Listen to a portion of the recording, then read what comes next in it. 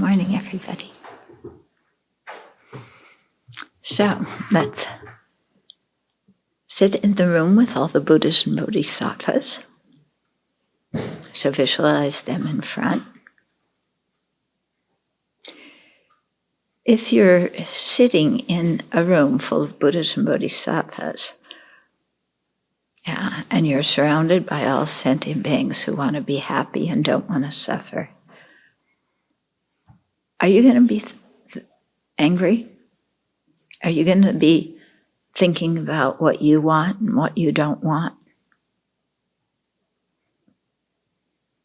What you like and what you don't like? Think about it. If you visualize all the Buddhas and Bodhisattvas in the space in front of you, and you think that you're sitting in their presence, is this how you're going to look at them? With anger, with demanding that you have your way?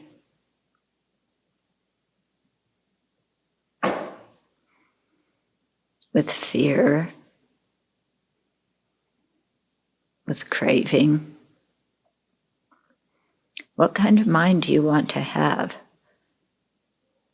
sitting in a room full of holy beings with all the sentient beings around you, supporting you, wanting you to progress along the path too?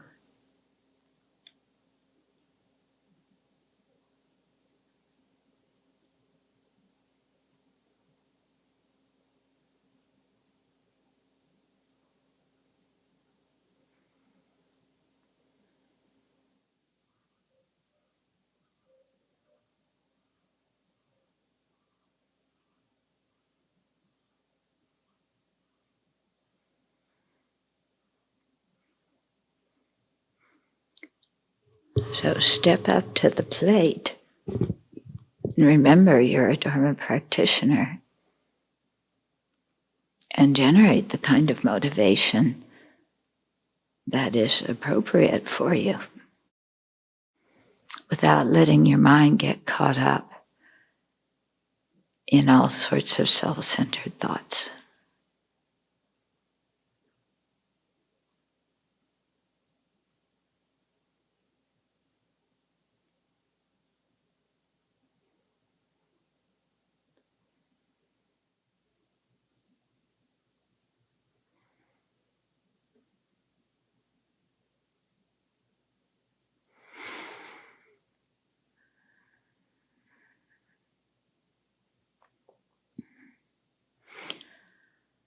So think of how sometimes the mind gets very tight with anger, with anxiety, with fear, whatever. And then the mind gets very demanding. Things have got to be like this. And then we try and rearrange the external world and insist to other people that our way of arranging all the plastic duckies in the bathtub has got to be the way that it's done. So we've all been in that mental state before.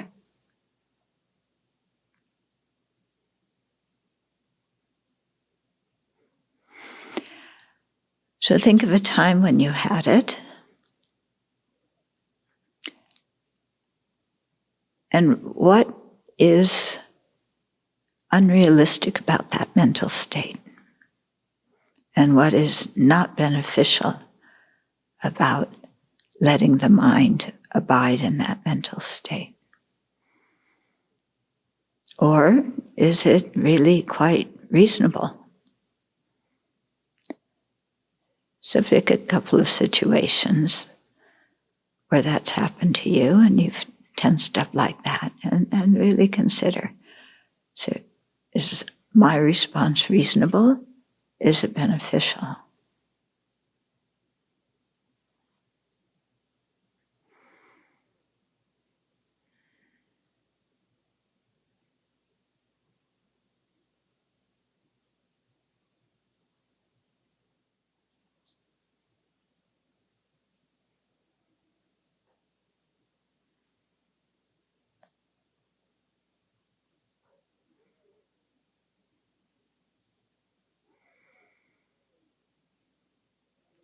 And then look at the other people in the situation that you were thinking about. And look at them as sentient beings who want to be happy just like you. And look at them as people who have been your kind and protective mother in previous lives. Somebody who you loved and who loved you. So change how you're looking at that person and see if your mind also changes.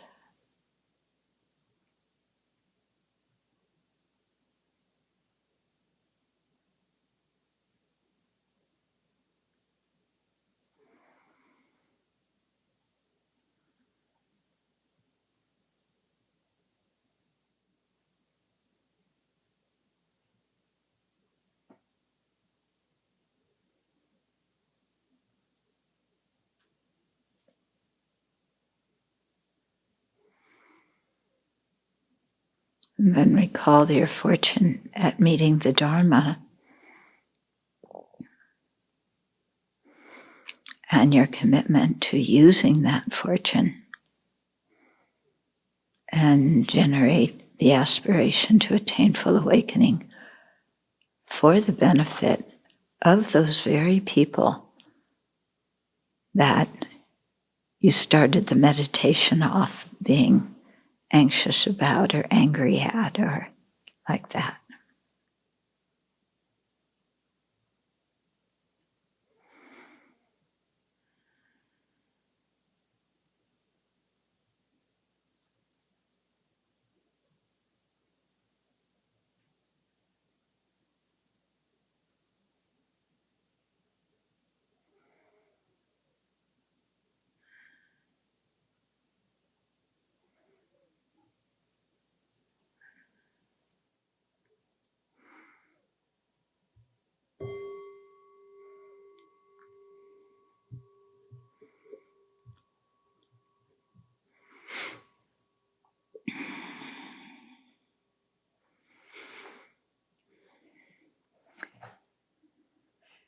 So this is it's a challenging thing. We're dealing with the topic of fortitude, how to endure, how to not get bummed out about suffering, because suffering is part of the nature of samsara, isn't it?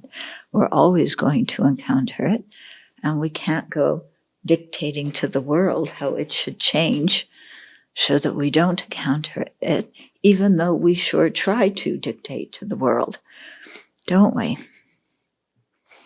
Yeah. Anything that I don't like, it should be banned. So I thought I'd tell you a couple of stories. When I was a campfire girl, then we had to go sell cookies. And I thought selling cookies was really cool. I liked eating them too. But one time, I was very young at the time, maybe, I don't know, 8, 9, something. And so, there's an adult out by the street, but you go alone to the door and ring the bell. And so I rang one person's bell. All the other houses had been fine.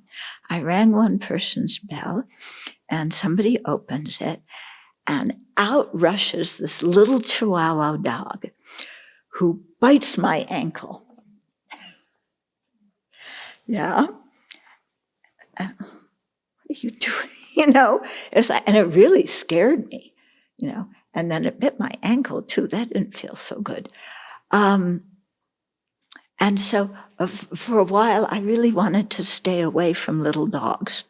We had a big dog at home, a big German Shepherd that other people were afraid of. I was not afraid of big dogs. You see me with the big dogs down the road? I love those dogs. So I didn't want to go near the Chihuahuas anymore.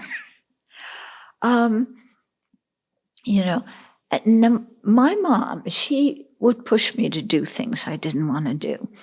And so, I can't remember the situation that well, but I can certainly imagine myself saying, I don't want to go to anybody else's door because they may have a chihuahua that's going to rush out and bite me.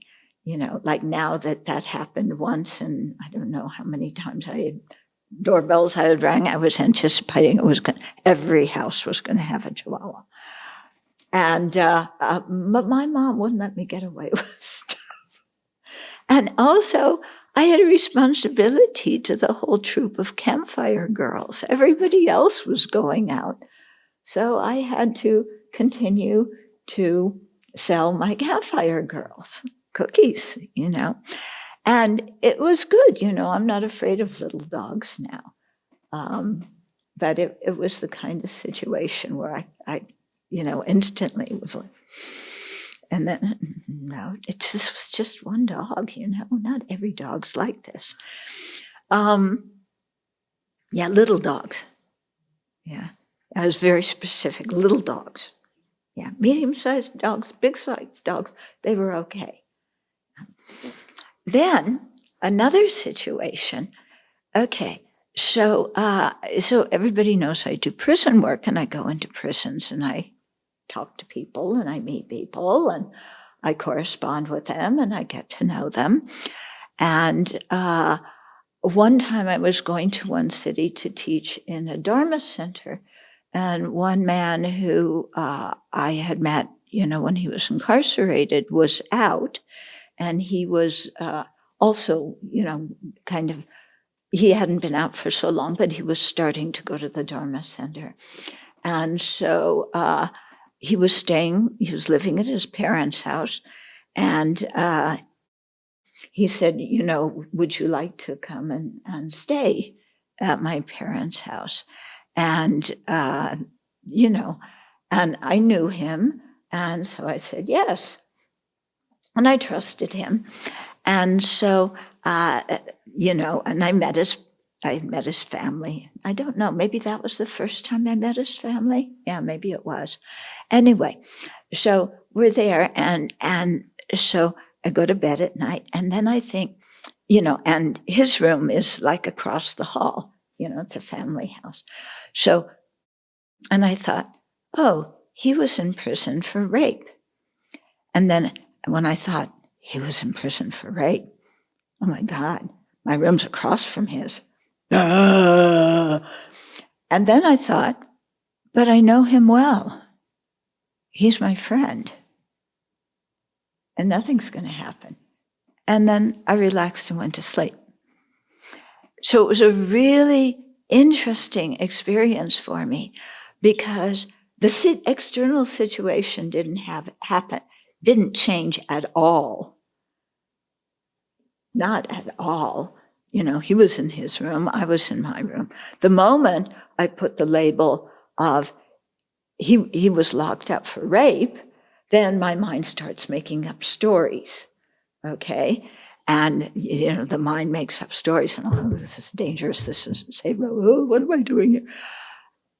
And then the moment I said, but I know him, and I trust him, and he's my friend, yeah, then I relaxed. And I went to sleep and slept until the next morning. So it only took a matter of minutes, because I picked up on, when my mind started thinking that, it was quite obvious. So I didn't sit there and dwell on it very much, but I instantly went to, but he is my friend. And I know him, and I trust him. If I didn't, I wouldn't have accepted to stay at the family house. Yeah. So these kinds of things, we all have situations like this, but it's really good to remember to ask ourselves, when we get angry, when we get anxious, is this realistic? Is this beneficial? And is this actually, when I say, is it realistic? Am I really seeing the situation accurately, or on the basis of one experience or one thought about, among, 5,000, am I going to impute on this situation something that is not there? In the same way, we've all had experiences where we meet somebody new and they remind us of somebody we knew in the past who we didn't like or didn't get along with. You had that experience? Yeah? And so even though it's a totally new person, they look, they wear the same kind of glasses as somebody in the past who we didn't get along with, or they have the same kind of nose, or they wear the same kind of some small thing. And immediately our mind imputes on them all of the feelings that were probably, were of aversion feelings from a situation and a person that we knew maybe many, many years ago. And here's this new person, and all of a sudden, we're imputing that stuff on them. Okay? Now, how would you feel if somebody looked at you and thought, oh, they remind me of somebody I know who I didn't get along with, and impute all of their fears, anxieties, dislike on top of you, even though they didn't know you?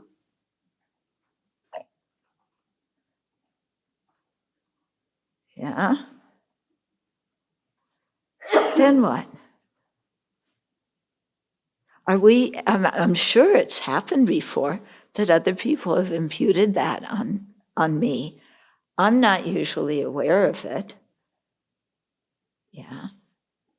But if somebody were to say, I just got to tell you, you remind me of somebody I met way back, 10 years ago who was so obnoxious and bossy and I couldn't stand her. Hi, nice to meet you. I'm glad you feel that way about me. But I'm not that person. I'm somebody else. How about giving me a chance?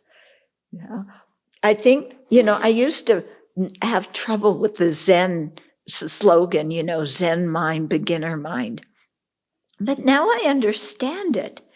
It's like, why are we carrying all of our misconceptions from the past with us, seeing the present through all of that mess,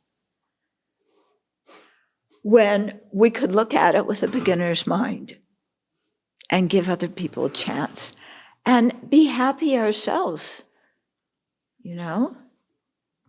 It's like every day, if you had a bad experience one day when it was cloudy, or the days when it's really smoky, super smoke, and you feel like ugh, and then you wake up in the morning and it's like, oh, it's starting to get smoky again, like this morning, it's like, oh, it's starting to go smoky again. And automatically, oh, it's so awful. I feel terrible already.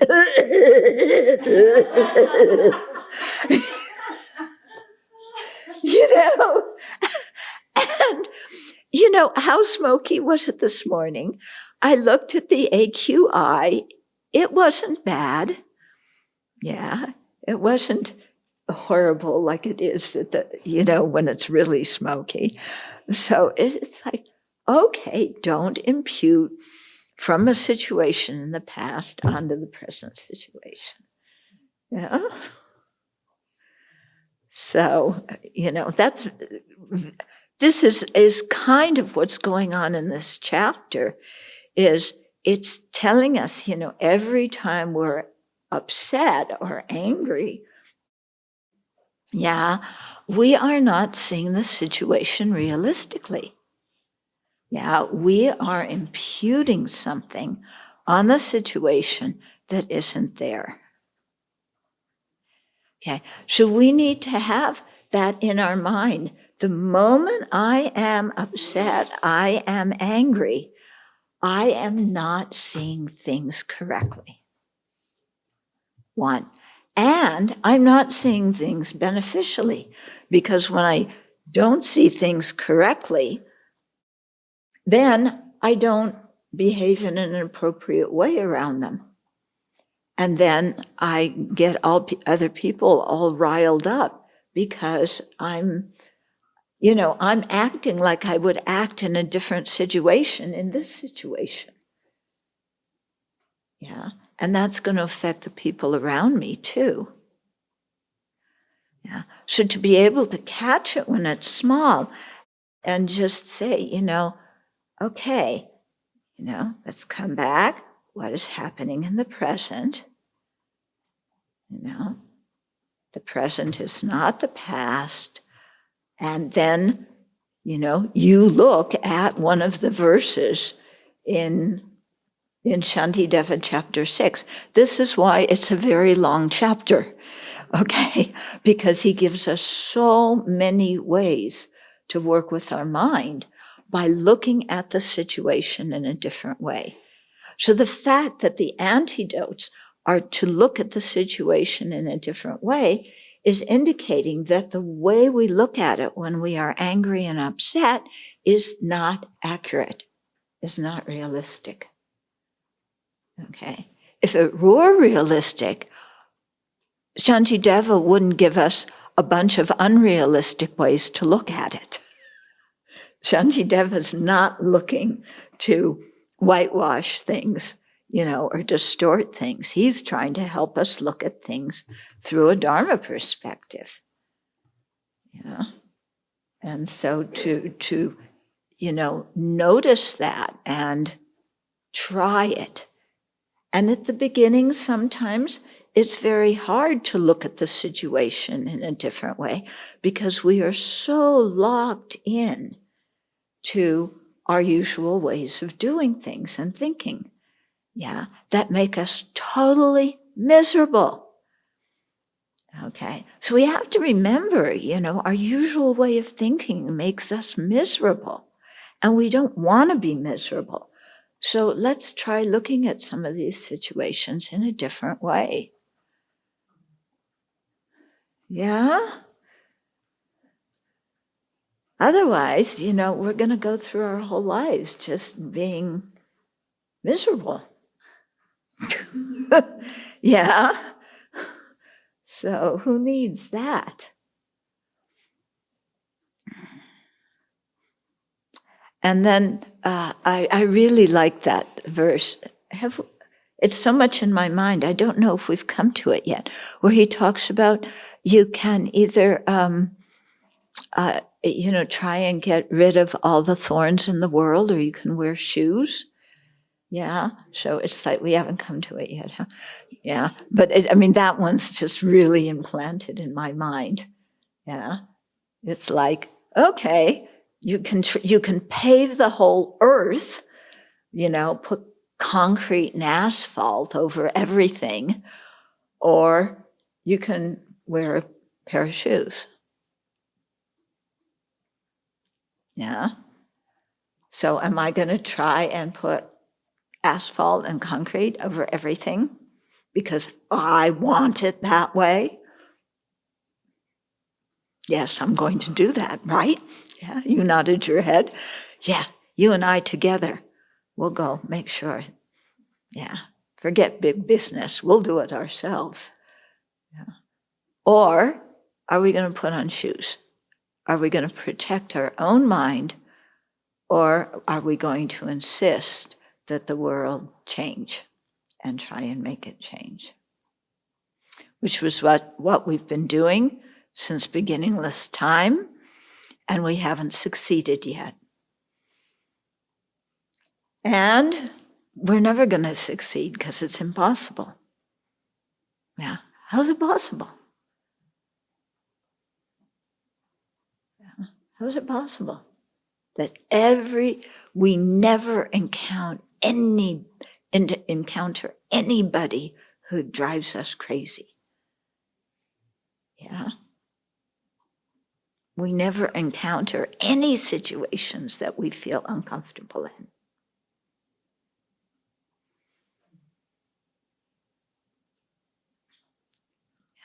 That's what the Buddha's family tried to do with him. That's why they kept him locked in the palace and wouldn't let him out. And he snuck out because he said, I know something I'm not seeing reality here in this palace. Yeah. So, okay.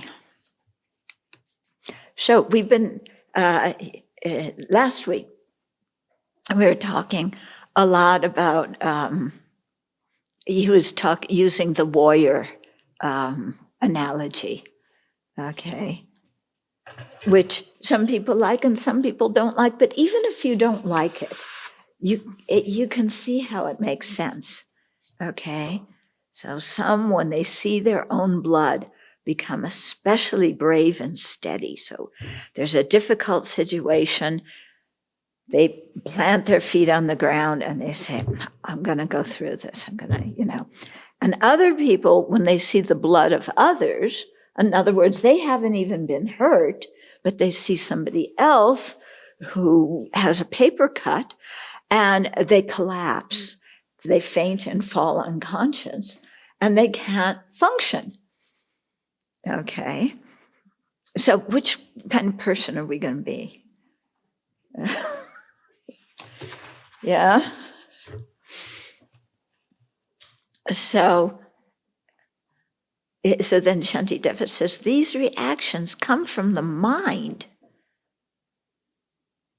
Yeah, being either steady or timid, the mind being either steady or timid.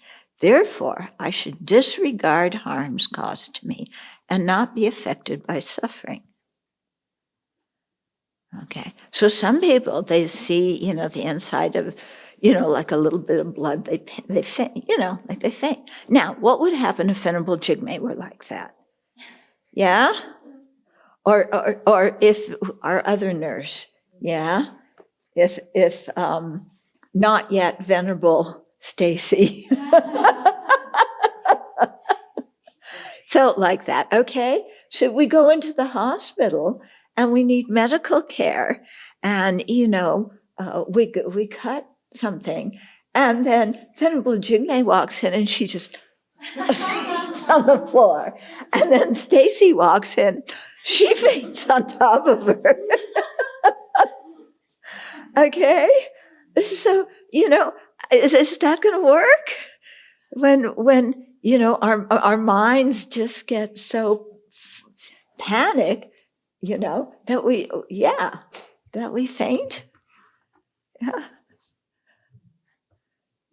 Yeah, we can make some really good skits out of chapter 6, couldn't we? Okay. So stanza 19, we're reviewing here. Even when the wise are suffering, their minds remain very lucid and undefiled. I like that. Even when you're suffering, you're not whacked out. You're not screaming hysterically, okay? The mind is like lucid and undefiled and observing the situation and thinking of how to deal with it in a constructive way. Yeah, instead of, did I scare you?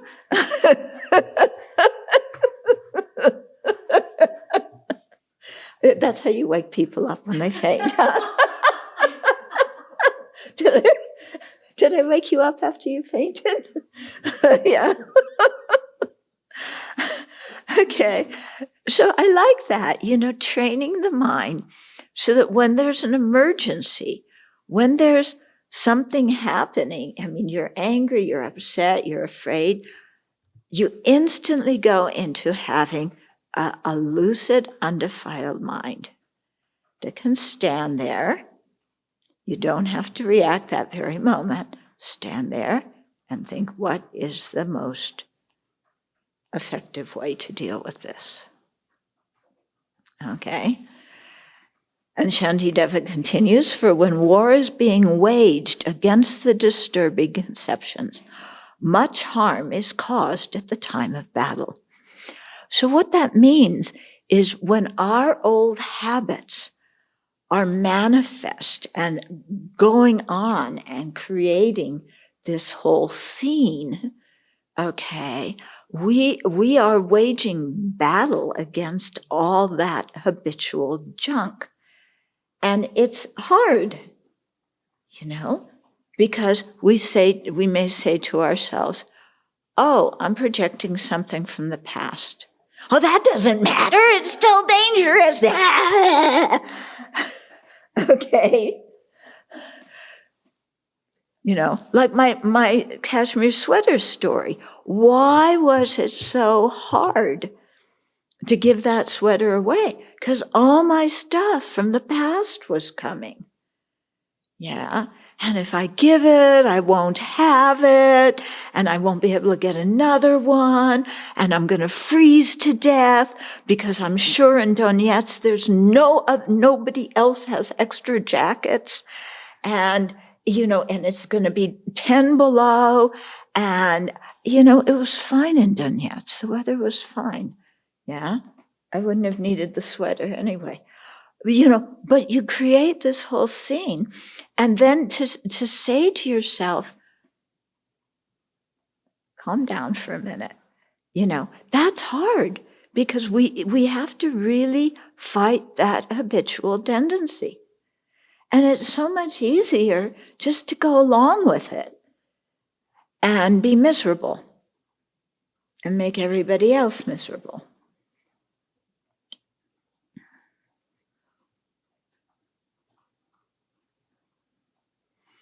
Of course, the people I shared the compartment with, so I was traveling with the translator. On the way to Donetsk, I think it was okay. On the way back from Donetsk, yeah? So just in case, I was coughing a little bit, I think, or something. Yeah, so we were sharing the compartment with two Ukrainian men, yeah? So we woke up in the morning, I start doing my prayers, maybe I was coughing. And so the men said, oh, we have something very good if you're getting sick. And what? That's exactly it. And they pulled out a bottle of vodka. And it was the first thing they drank in the morning. And they wanted me to have some. And it was so sweet. They really meant well. I mean, they were practicing generosity. And I tried to explain, no, I don't drink, and I'm okay. It's nothing serious. No, please, have some of this. You'll feel very good.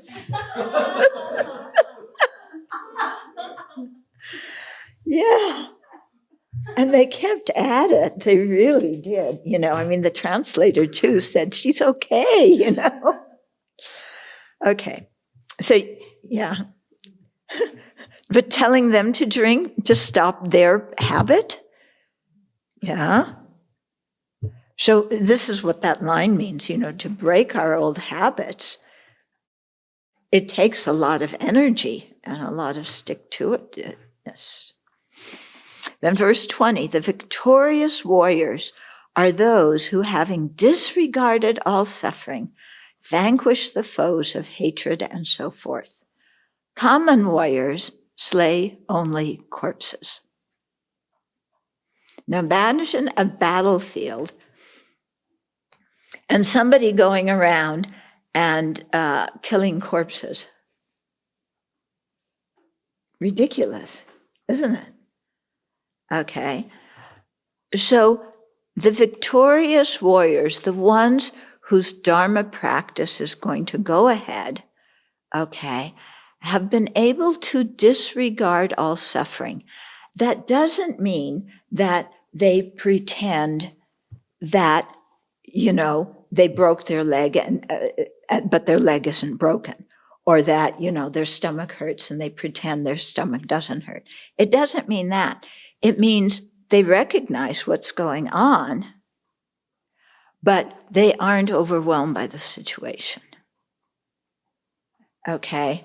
So what they're disregarding is their habitual tendency to freak out in one way or another. Okay? So the victorious warriors are those who, having disregarded all their old habits that are going to make them act and think inappropriately and be miserable, those people who confront that stuff in their own mind, they're the ones who vanquish the foes of hatred and so forth.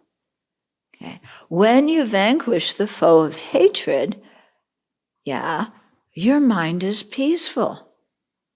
And you can look at sentient beings and not tense up. Yeah. And the people that you used to look at like this, now you can look at with an open mind and maybe talk to them.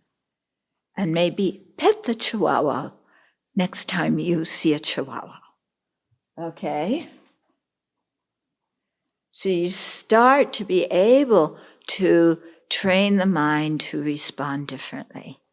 And if we don't do that, it's like somebody who's slaying corpses. It's, you've already gone into your old habit thing, and so that's like a corpse, and you drag it around with you. Okay. 21. Furthermore, suffering has good qualities. What? What is he saying? Suffering has good qualities. There's nothing good about suffering. Suffering should be banished. I can't stand it. The world is mean to me when I suffer. He's saying suffering has good qualities. Okay. What are the good qualities? First of all, through being disheartened with it, arrogance is dispelled. So sometimes we're kind of arrogant, just a little bit, Like, I'm young. I don't look like those people. I'm healthy. I'm not like those people. I use mouthwash. I don't have bad breath like those people. Yeah, all the ways that we put ourselves above everybody else. Yeah, when we're suffering, we're in no mood to be arrogant, are we? When we're suffering, that's the time when we really need help. Yeah, arrogant people do not like to acknowledge they need help because they know everything already.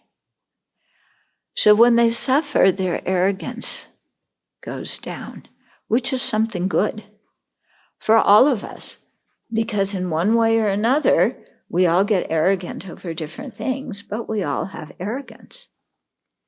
And when we're suffering, difficult to hold ourselves above everybody else because we very clearly need help. And acknowledging that we need help. Ooh, for some people that's so difficult. I am independent. I can figure everything out. I can do it myself. I know almost everything. I don't need help with anything. Yeah. And then to admit, actually, how do you turn this on? I don't see the button. You ever had that happen to you? There's some appliance you're supposed to use. You don't know where, you can't find the on button. And you feel like an idiot. And maybe we are. And can we laugh at ourselves at that time? Or do we sit there pressing everything? And nothing gets the thing working, but we will not go ask for help. Have you ever been in a car driving somewhere? This was before GPS, where the person would not stop and ask directions when they were lost? Isn't that a pleasure?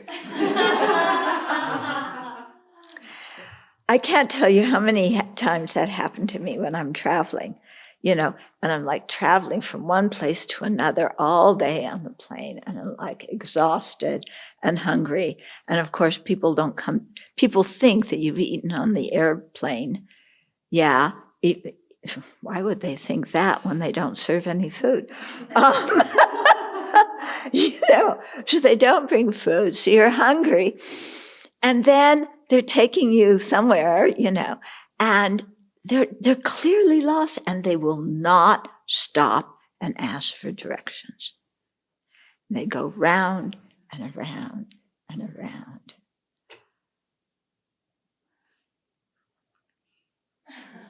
Please, can we stop? There's a gas station here. And let's... No, I know where we're at. It's just around the corner. We'll be there in 2 minutes. Okay, so suffering, we can't be arrogant like that, can we? We have to admit that we're not who we think we are. So that's a good quality when our arrogance is dispelled. That's good. Another good quality of suffering, compassion, arises for those in cyclic existence. Okay, when you're sick, then you think of all the other sentient beings who have the same illness. Okay? Whether it's physical illness, mental illness, or an accident, you think of all the other sentient beings who have had that, or who have it now, and who have it worse than you have it. And, and compassion can arise, because now we understand the situation of those people. And compassion is really the key here to harmony. I mean, in this country, like the whole thing with immigrants, if people could have the experience of growing up in another country where their life is in danger, they would have more compassion for people who want to immigrate here and who show up at the border. Yeah. I've always thought if American youth could go and spend some time in other countries, this country would be very different.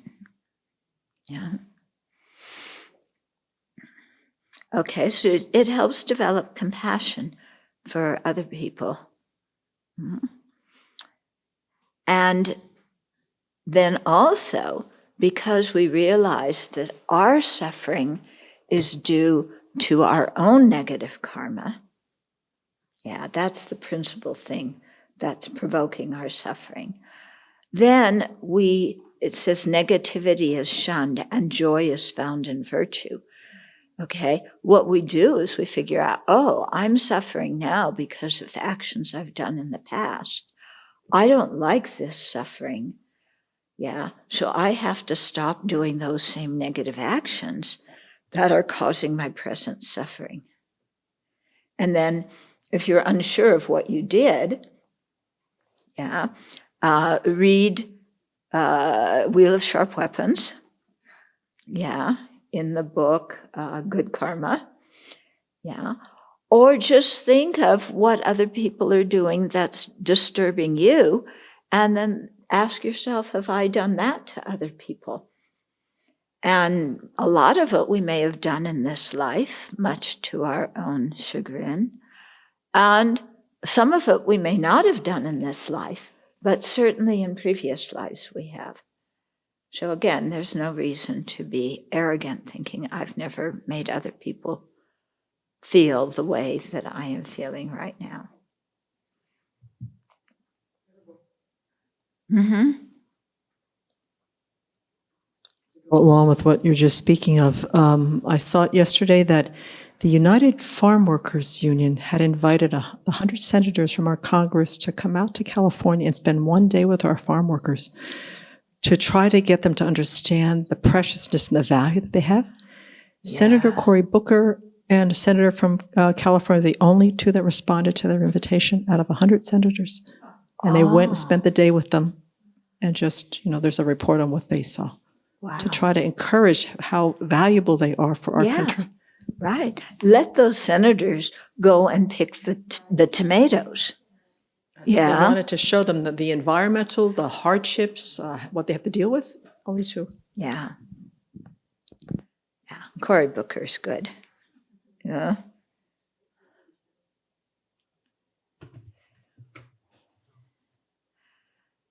Yeah. I hope he becomes president one day. He's good. But I'm not talking about politics. This is Dharma talk. I'm just daydreaming. Out loud. Okay. So negativity is shunned and joy is found in virtue. So then when we really try and act virtuously, we have a happy feeling because we know we're creating the cause of happiness for ourselves and for everybody else. Yeah. 22, as I do not become angry with the great sources of suffering, such as jaundice, then why be angry with animate creatures? They too are provoked by conditions. So here we're moving into a different section where Shantideva is going to be talking about how the things that we think make us suffer, do not have the intention to make us suffer. They are things that arise, there's merely conditioned events and conditioned people. Okay, so he's using the analogy. You have a great source of suffering, such as jaundice. Anybody here had hep besides me? Okay, lucky you. Let me tell you about it. Okay. So I was living in Nepal at the monastery, and I started getting really sick. And then I don't know how we figured out it was hep. There's a few signs of hep. Your poop starts going white. You get angry, and not totally white, not like this, but you really get angry, and you have absolutely zero energy. Okay, so when you have hep, or when I had hep, I couldn't move.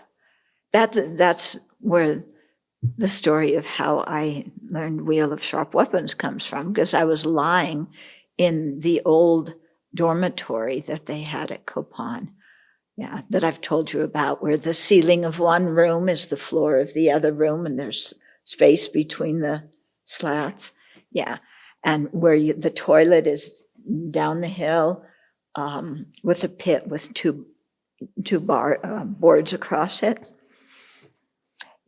And so, I had zero energy. And then finally, some friends took me down to Kathmandu to go to the Ayurvedic doctor. Western medicine doesn't know what to do with hep, but Ayurvedic medicine is quite good, and Tibetan medicine also.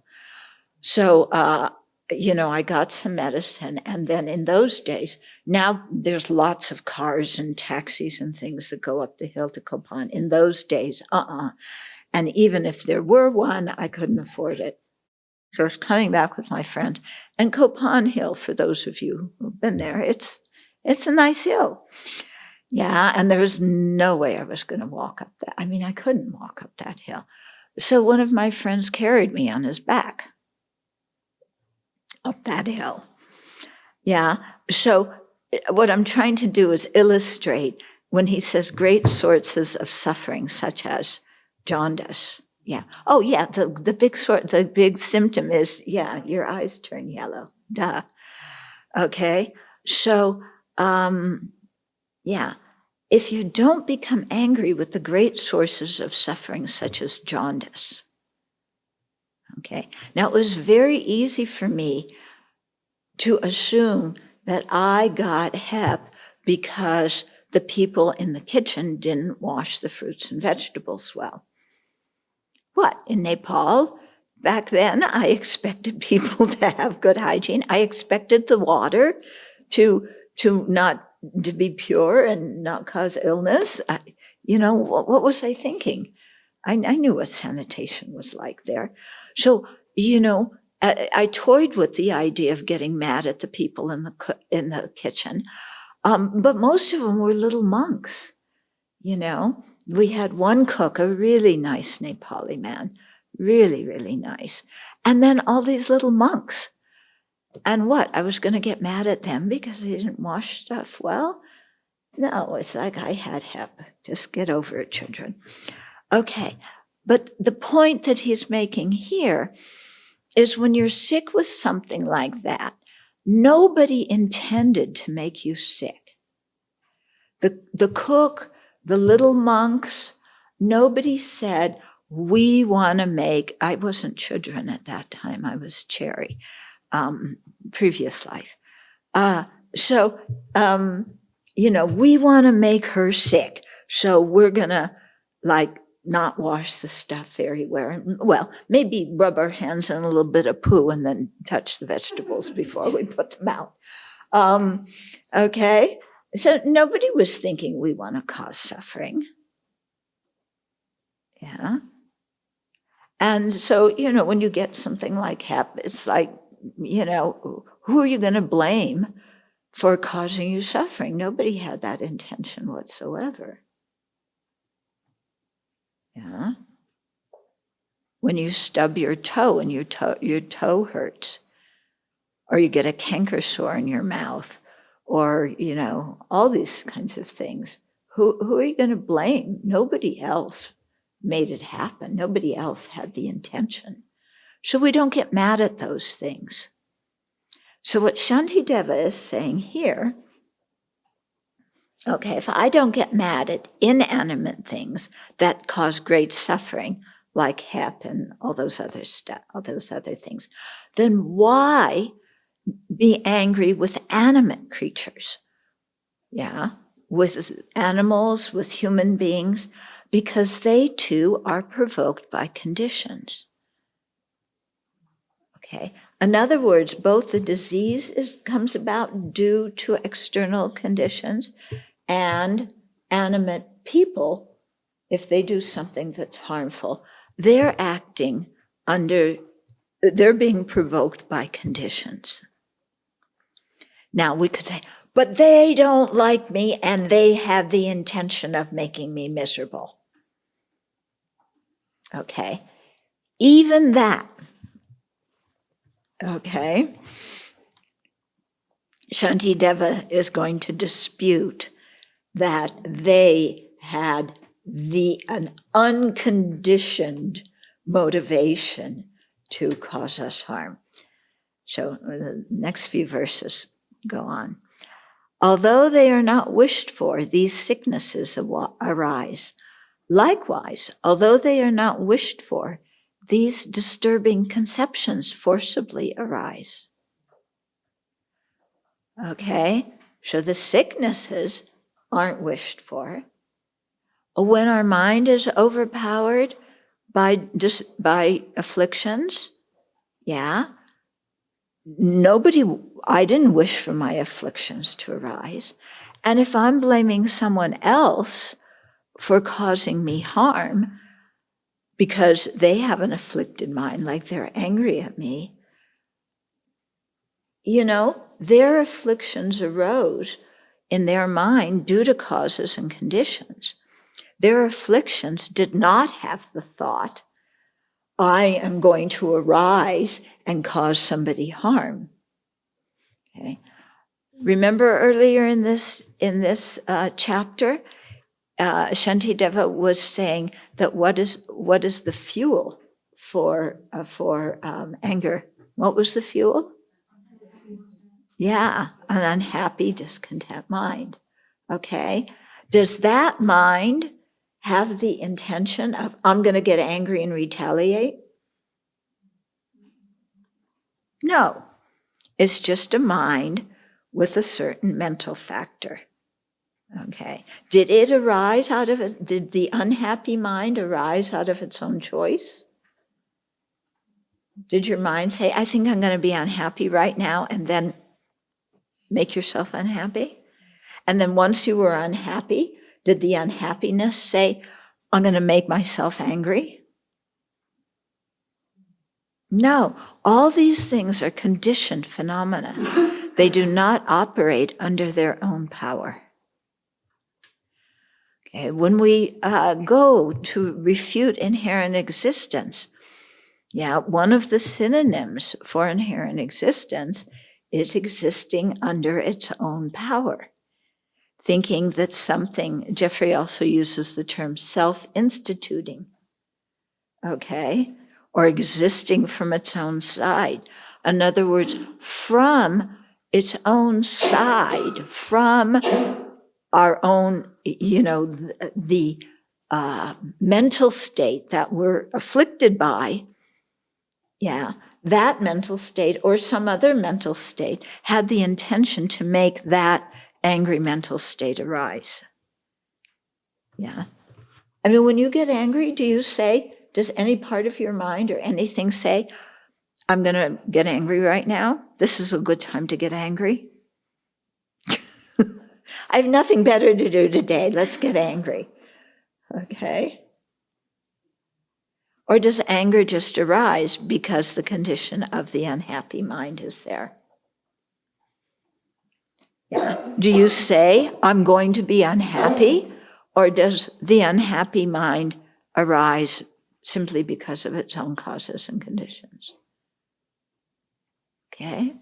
So what we're looking at is that many things, many mental states that we do not wish for and that other people do not wish for in themselves arise forcefully even though we don't want them and even though other people don't want them.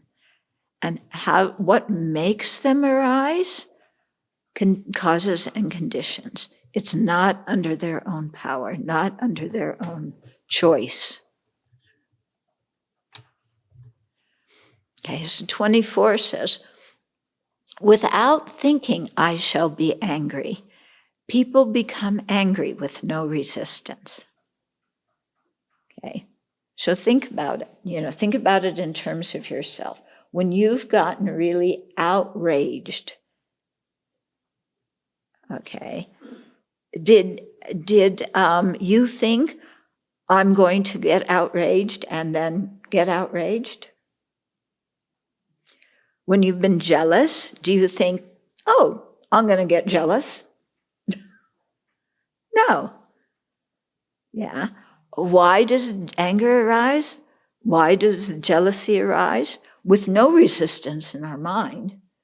The lack of resistance is simply because of habit. We've never learned to look differently at the situation. So in the same way, other people who are angry, other people who are upset, other people who are in a bad mood or projecting junk or, anxious or don't want to be in the same room with us or, whatever it is, okay? Their mental state, they did not have the intention to have that mental state. That mental state arose due to its own causes and conditions. Okay? So in the same way that we don't get mad at a disease that arose from causes and conditions, let's not get angry at other people for their afflictions that arose from causes and conditions. And similarly, let's not get angry at ourselves when our afflictions arise. Okay? So without thinking, I shall be angry. People become angry with no resistance.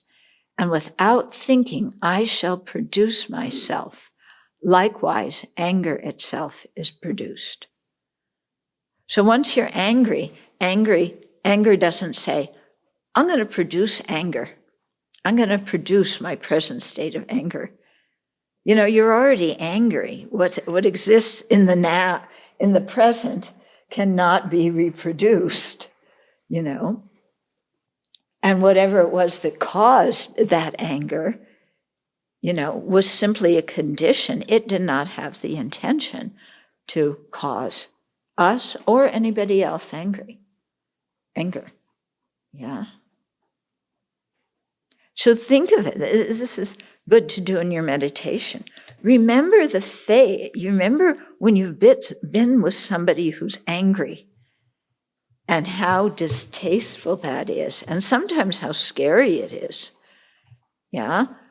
And then remember what that person's face looked like, and then think that person had no intention of becoming angry. They had no intention to treat me like this. Whatever harm they did to me, it wasn't like they had the intention to do it. They were under the control of other factors.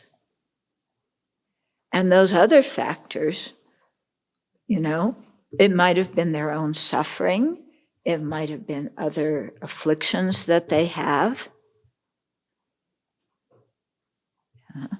But you've often heard me say, you know, when we think about the people who have harmed us, that they must be suffering immensely to do what they've done, and think that, you know, harassing or violating or abusing or killing somebody is going to make them happy. They must be very, you know, in a lot of suffering. So when we see that, we see, you know, that person didn't have the idea. They didn't say, oh, I'm so miserable, I think I'm going to go out and abuse somebody else. I'm so miserable, I think I'm going to go out and get angry at somebody else. That's going to make me real happy. So you see, whatever motivated somebody to do something harmful was not that they coming from anything that had that intention. Yeah, it was coming from some previous cause and condition, which itself was coming from a previous cause and condition. Okay, so we're always looking for somebody to blame. Somebody who has the intention to harm. Because we think if they have the intention to harm, then my blaming them is suitable. And what Shantideva is saying, no, it's not. Because they really didn't have the intention to harm. They were pushed by causes and conditions. Have you ever in your life, you know, like those times when you're in the middle of doing something and you go, or you're in the middle of saying something and you go, why in the world am I doing this? Why am I saying this? Have you ever been in that situation? Like something's coming out of your mouth and one part of your mind is going, what in the world? This is just going to cause harm. This is going to make me and other people miserable. Why don't I just shut up? And the words keep coming out. Yeah? When that happens, do you have the intention to dump all that on somebody else? No. Why is it happening? Causes and conditions. A lot of familiarity with that kind of behavior.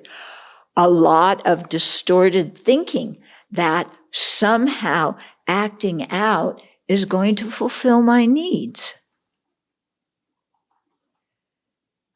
Yeah? And so what we're getting at is our strategies for coping with our own suffering and discomfort don't work. Okay? And the other person who's doing something to us, who's thinking that they're going to be happy by harming somebody else, their strategy for being happy does not work. Yeah. You know, you look at in Florida, yeah, that state that's in a lot of the news a lot. So some people, there was one guy who was a sharpshooter in the Marines, and he went to, now I'm going to tell you, I better not tell you this story because some of you are going to get terrified and afraid, and let me think of another story. No, seriously, I know some of you very well. I don't want to set anything off. But look, why am I censoring? Why am I self-censoring? Because I know certain people have very strong habitual energy to react in a certain way, you know, and I don't want to set them off because I know they don't have the intention to be set off. And besides, I'm really miserable when they get set off. They're miserable and I'm miserable. So let's not go there. Okay. Yeah, do you self-censor sometimes? Okay. Anyway, so you think of somebody who's, okay. So the people on January 6th, yeah, the ones who were going in and beating up the cops and spraying pepper spray on the cops, and that one cop that his head was stuck in the doorway and they were trying to pull off his helmet. I mean, he must have been in excruciating pain. Do you think that the guy who did that thought early that morning when he woke up, oh, okay, something's gonna happen at the Capitol today, but I think I'm gonna go torment some cop? Or did that guy was he pushed by his own hostility, his own wrong conceptions, his own, even if he did have that intention, I'm going to go get some cop, I'm going to cause some suffering, even if he did have that conscious intention, did he himself produce that intention, or was that intention produced by his namtok, his other afflictions, his distorted way of thinking? Okay? So what we're getting at is really in people's hearts, they don't wish to cause harm.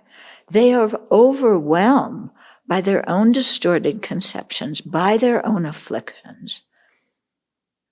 And they're pushed by that energy to act out in the same way when we're speaking and one part of our mind is saying, I should shut up, we're being pushed by that previous energy too.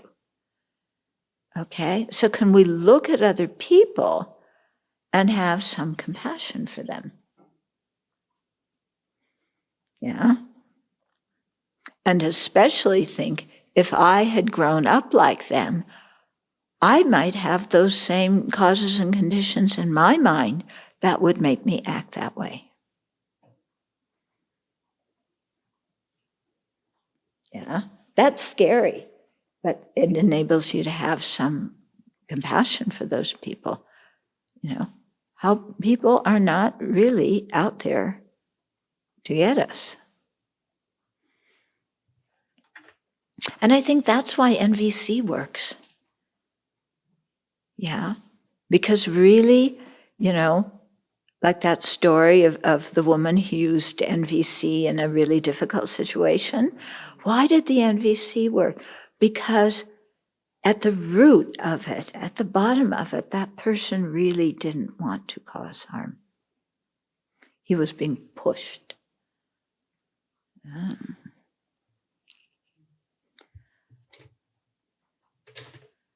Okay, and then verse 25, this kind of sums it up. All mistakes that occur and all the various kinds of wrongdoing arise through the force of conditions. They do not govern themselves. Yeah? So all the mistaken actions, all the sufferings that other people cause us or we cause them, all the sufferings that anybody experiences arise through the force of conditions. Nobody says, it's sunny outside today, I think I want to suffer. Yeah, it's sunny outside today, I think I want to clobber somebody. Okay, so this is a really important one because it helps us, in our understanding of emptiness, in our understanding of dependent arising. Okay, and so to not see people and actions as inherently existent as if they govern themselves and they make themselves happen, and as if they are independent of all other conditions in the world, when everything is so interdependent. I really see that, Shantideva, this is all about working with our minds.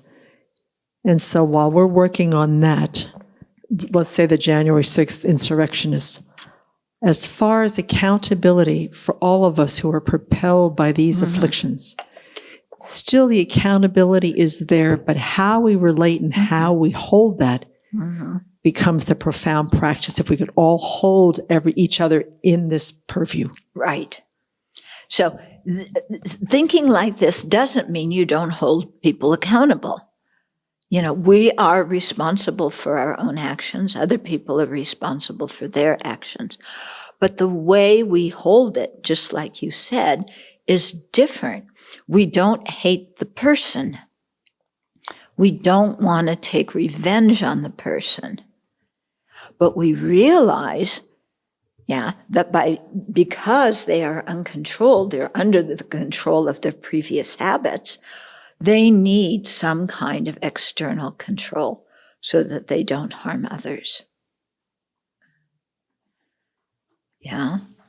So there you see, the whole way our prison system works, that punishment, I wonder, how much of this comes from theistic religions? Yeah? That punishment, when you misbehave, you get punished. And that somehow punishment is going to make you change. Now, in some conditions, it can make you change your behavior. But it doesn't necessarily make you change your mindset. And often it doesn't make people change their behavior because they feel even more misunderstood and angrier, and they lash out even more. Yeah. So accountability, yes, but you can be accountable without hating somebody, without wanting to inflict suffering, without wanting revenge. And if you can hold people accountable with that kind of attitude, and they have that feeling that the system was working for them instead of the system working against them, like if prisons had more programs to give people skills, and if all the correction officers weren't bent on inflicting harm, but if the staff in a prison showed respect to the inmates, it would be a different ballgame. You still have to hold them accountable. Yeah. But tossing, somebody in as a juvenile for life without parole is just ridiculous. I'm struggling a bit with this notion of no intention, maybe because the teachings on karma are so much about what is your intention, right? And there's a difference between accidentally squishing a bug versus cockroaches are the devil, I'm gonna get rid of them. But maybe hearing you teach, you're saying that even that idea, when I'm afraid of cockroaches and must kill them, that is the product of habitual wrong thinking. Yeah. Right? But there is still the intention that's going to create karma, though, because I chase after the thing and make sure it's killed. Yeah. Yeah. You're still creating karma, but you're not thinking, why are you creating that karma? Why are you terrified of cockroaches? Yeah. Because of distorted way of thinking. If you looked and you said, they're sentient beings who want to be alive just like me. Yeah. And there's a way to trap them and escort them out somewhere else. Yeah. Then you wouldn't feel so trapped by the situation, like you have to freak out. Yeah, I did do it. Remember? Yeah, we have cockroach stories and spiders that are this big stories. And yeah, in India, yeah, we had, somebody who would come and visit us, and spider this big. Yeah, and one day he was on in the sink in the bathroom, on the knob for the sink, with his legs kind of all around it. Good thing none of us wanted to wash our hands then. Yeah. Is a sense of duty a conditioned phenomena? Mm-hmm. Yeah. Everything is conditioned. Yeah. Everything is conditioned. Yeah. So we do have some choice in how we condition ourselves. But our having that choice is also conditioned. Yeah. Nothing thinks to itself, I'm going to do this. Yeah. Responsibility is distorted ways of thinking. It's our own responsibility in the sense that only we can change our own distorted ways of thinking. Okay? We change things for the better if we're not in control of those actions that may cause ourselves and others suffering. There is no independent I sitting there making all this happen, okay? It's all caused by causes and conditions. Causes and conditions don't mean things are fated and predetermined. Because things are produced by causes and conditions, another cause can be generated, another thought can be generated that would change that whole thing and redirect it in another area. Okay? Mm-hmm. So can we choose compassion, or does it just arise when right thinking?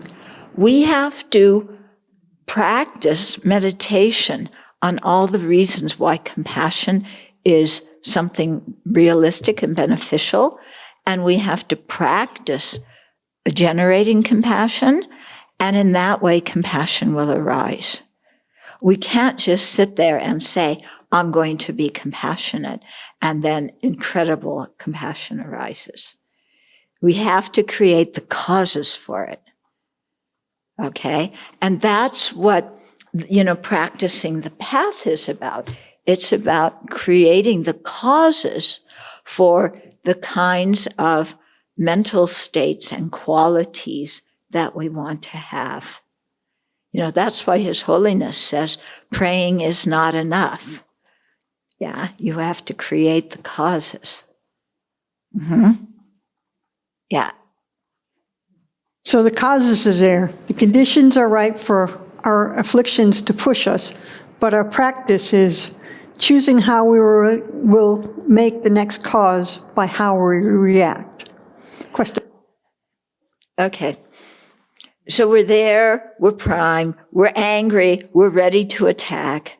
Now, we also have lots of times from the past where we have succeeded in tempering our own anger and not acting it out. So there's those causes and conditions from the past too. We do have some habit with acting in the reverse way. Yeah. If those causes and conditions ripen at that time, yeah, then we can refrain ourselves from acting out. This is why, we create a new habit. Because remember, meditation comes from the same verbal root as to familiarize or habituate. That's what we're doing. We're creating new kinds of causes and conditions. When they become very strong, then even the old ones are starting to arise. These ones can also arise and interfere. Okay? I know it's hard to understand because we are so used to thinking that, there is some independent entity that makes everything happen. Yeah. And there's no independent entity. It's just bunches of causes and conditions. And this goes so much against our feeling of there's a real me inside here, And if there were that real me, then when we say, I'm not going to eat that 16th piece of chocolate, we should be able to control ourselves.